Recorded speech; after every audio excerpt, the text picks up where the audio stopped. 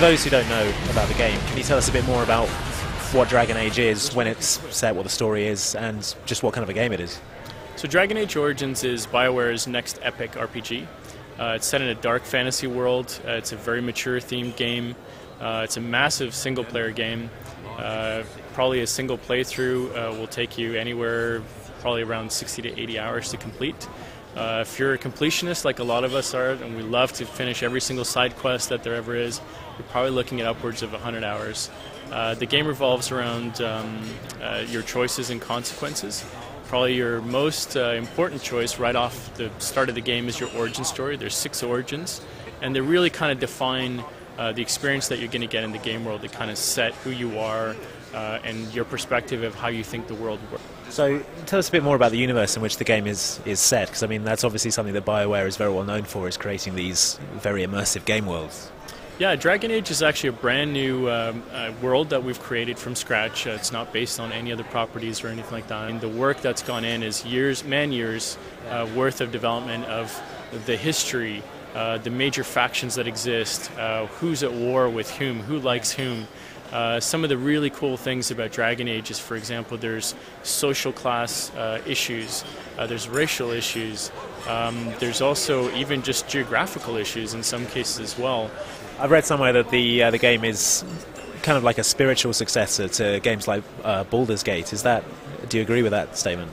Absolutely. I mean, we've been kind of saying it's a spiritual successor to Baldur's Gate, and I think one of the challenges is that everyone loved different things depending on what they enjoyed from Baldur's Gate. But really for us, Dragon Age was a return to that. It's really what the spiritual successor was all about. We wanted to, if nothing else, make it feel like that, make it feel like home. So yeah, let's talk a bit more about how the game mechanic actually works in terms of things like combat and your party and things like that. Can you just kind of run us through exactly what it's like to play Dragon Age?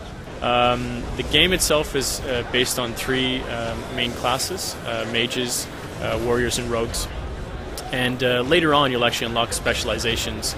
So, for example, rogue can become specialized as a bard, an assassin, a ranger. On the consoles, one of the interesting things was, much like with Mass Effect when we went to the PC, we basically tore out completely the controls and the interface, redesigned it all from scratch that it felt natural on the console. And so far the reaction that we've been seeing has been extremely comfortable.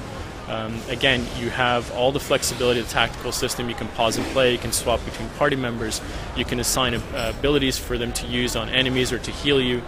You can actually change the AI tactics to say, for example, for one of your warriors to watch me, if somebody's attacking me, stop what you're doing and come and help me, or to tell one of your mages that if my health drops below a certain amount to come and heal me.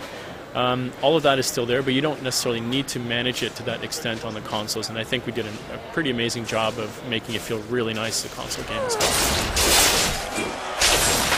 What This is very much your department, is the DLC. Can you just give us a kind of overview of the kind of things that we can expect to see to download for Dragon Age? Sure. Well, we're going to have already some really cool content right at launch. It was very important for us that the particular content that we're going to do has a very large amount of usability to it.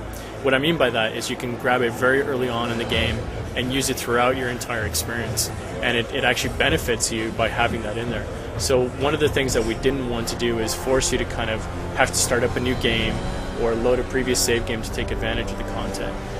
So by making it available straight away, we'll hopefully get a lot more people involved with it. We're actually going to give away a lot of that content for free as well. Right within the box itself, you'll actually receive a code to download some of that for free. And then, of course, like, you can play it at any time. You can actually play it even after you finish the game, which is something else as well, where even after you complete the main campaign, the downloadable areas will actually remain open for you to complete if you wanted to.